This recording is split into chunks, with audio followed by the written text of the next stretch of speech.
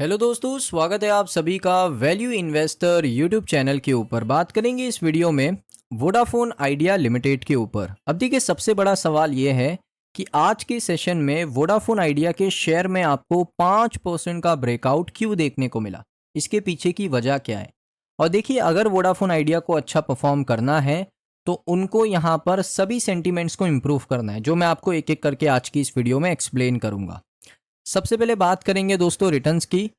अगर मैं दोस्तों शुरुआत से शुरू करूं, पिछले 5 दिनों में 3.5% नीचे, 1 महीने में 8% ऊपर, 6 महीने में 20% ऊपर, 1 साल में 3.62% नीचे, 5 साल में सिर्फ 9%, और अगर आप मैक्सिमम देखोगे तो 83% ड्रॉप है।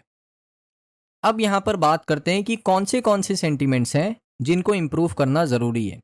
देखिए, सबसे पहले अगर मैं बताऊं, यहाँ पर गवर्नमेंट की जो बैकिंग है वो ज़रूरी है, क्योंकि अगर आप देखोगे वोडाफोन आइडिया के अंदर सरकार की जो होल्डिंग है 49% की है, जिसमें यहाँ पर अगर आप देखोगे एजीआर की जो लाइबिलिटी है वो अभी भी 76,000 करोड़ की है। यानी कंपनी का जो लॉन्ग टर्म सर्वाइवल है वो डिपेंड करता है सरकार के वेवियर के ऊपर। यानी अगर यहाँ पर एजीआर के अंदर जो एजीआर की लाइबिलिटी है, एजीआर की कौन कौन सी लाइबिलिटी है, एक तो है आपका एजीआर, इसके बाद है एजीआर के ऊपर आपने इंटरेस्ट लगा दिया, सरकार ने इंटरेस्ट लगाया, उसके बाद पेनल्टी लगा दी कि आपने एजीआर टाइमली पे नहीं किया तो पेनल्टी भी आपको पे करनी पड़ेगी, और पेनल्टी आपने अगर पे नहीं करी तो उसके बदले आपको इंटरेस्ट भी तो पे करना है, बदले नहीं, साथ में इंटरेस्ट भी पे करना है। यानी एजीआर तो पहले से था बर्डन, एजीआर के बाद एजीआर पे इंटरेस्ट लगा, फिर आपने एजीआर टाइमली पे नहीं किया तो पेनल्टी लगा दी, पेनल्टी के ऊपर भी इंटरेस्ट लगा दिया, तो टोटल बन गया 76,000 करोड़। 76,000 करोड़ बहुत बड़ा अमाउंट होता है। तो अभी भी वोडाफोन आइडिया एक डेट बर्डन कंपनी है। अब इसका जो सर्वाइवल है वो डिपेंड करेगा कि सरकार इनको वेवियर देगी या नहीं देगी, जिसको लेकर दोस्तों यहाँ पर पॉजिटिव खबर ये है कि यूके के जो प्रधानमंत्री है, यूके के जो प्राइम मिनिस्टर है, उन्होंने इंडिया विजिट किया और उन्होंने एक डील भी साइन करके गई, हमारे भारत के साथ एक डील साइन करके गई $468 मिलियन की। यूके ने डील साइन करी विद इंडिया $468 मिलियन कि यहाँ पर वो सप्लाई करेंगे इंडिया को मिसाइल सप्लाई करेगा यूके इंडिया को। इंडिया और यूके के जो रिलेशंस है वो यहाँ पर आपको बेटर देखने को मिल रहे हैं। और मैं आपको बता दूं कि जो वोडाफोन ग्रुप है, आइडिया लिमिटेड की बात नहीं कर रहा हूँ, जो वोडाफोन ग्रुप है वो यहाँ पर आता है यूके से।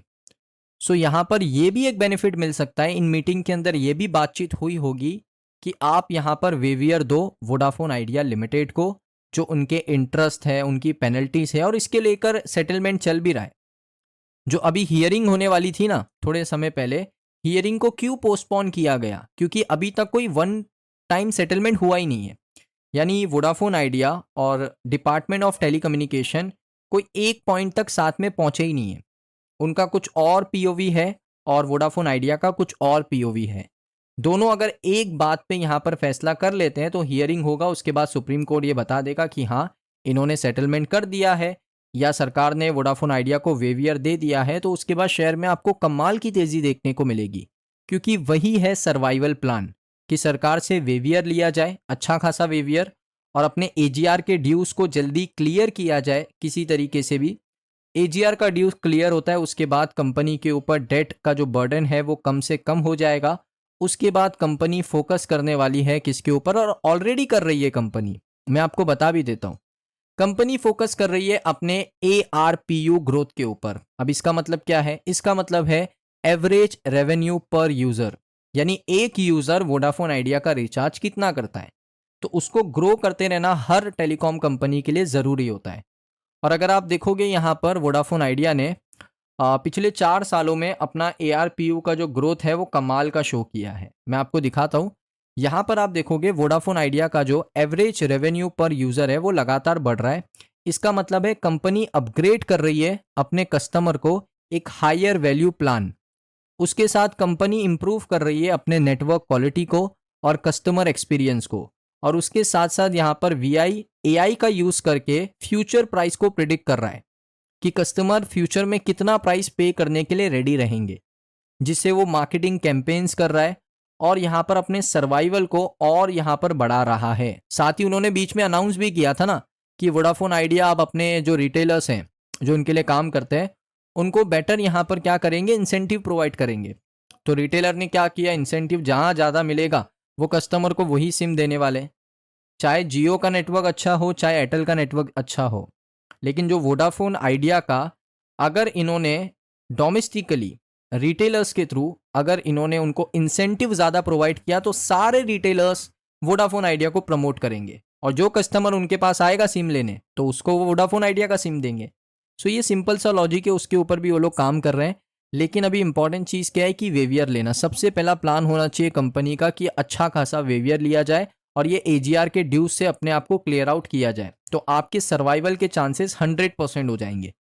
फिर उसके बाद कंपनी को अपने, जो मैंने जैसा आपको बताया कि वोडाफोन आइडिया को अपने यहाँ पर इंपॉर्टेंट चीज़ क्या है कि एआरपीयू की ग्रोथ को मेंटेन करके चलना है, लगातार करते रहना है। तो उससे क्या होगा, कंपनी का सेल्स बढ़ेगा, कंपनी का मार्जिन बढ़ेगा, और साथ ही साथ अपने एक्सपेंस को कंट्रोल करना है, जो खर्चे उनको थोड़ा कंट्रोल करके एक प्रॉफिटेबल कंपनी आपको बननी है। ये चीज़ के ऊपर अगर वोडाफोन आइडिया काम करेगा, डेफिनेटली इन फ्यूचर ये कंपनी अच्छा परफॉर्म कर सकती है। लेकिन अभी ये कंपनी का जो पूरा फोकस है वो है एजीआर के ऊपर। एजीआर के ऊपर अगर इनको वेवियर मिल गया ना तो ये रिवाइव कर जाएंगे, ये एक सेटलमेंट होगा डेफिनेटली। यूके के पीएम भी विजिट किए थे इंडिया, तो सेटलमेंट के चांसेस हैं, सेटलमेंट हो भी सकता है। लेकिन उसमें डिले क्या हो रहा है, क्योंकि नेगोशिएशन चलता है ना। अब डीओटी कहेगा 76,000 करोड़ है तो आप हमें इतना दे दो, वोडाफोन आइडिया कहेगा नहीं। एक मीटिंग हुआ, 2 मीटिंग हुआ, 3 मीटिंग हुआ, ऐसे मीटिंग चलता रहता है। तो इसमें नेगोशिएशन हो रहा है, नेगोशिएशन जब कंप्लीट हो जाएगा तो वेवियर भी मिल सकता है, साथ में एक अच्छा खासा रिलीफ भी मिल सकता है एजीआर के ड्यूज के ऊपर। ये दोस्तों अभी तक की इंपॉर्टेंट खबर है। और उसके अलावा अगर आप देखोगे, अगर इंडिया को यूके के साथ रिलेशन बेटर करने होंगे तो डेफिनेटली वो वेवियर का ऑप्शन ओपन होगा वोडाफोन ग्रुप के लिए, क्योंकि वोडाफोन ग्रुप दोस्तों यहाँ पर कहाँ से आता है वो पता है, यूनाइटेड किंगडम का दोस्तों वो कंपनी है, यूके का, और हमारे रिलेशंस बेटर है यूके के साथ। और अभी हमने डील भी साइन करी है, एक अच्छी डील साइन करी है।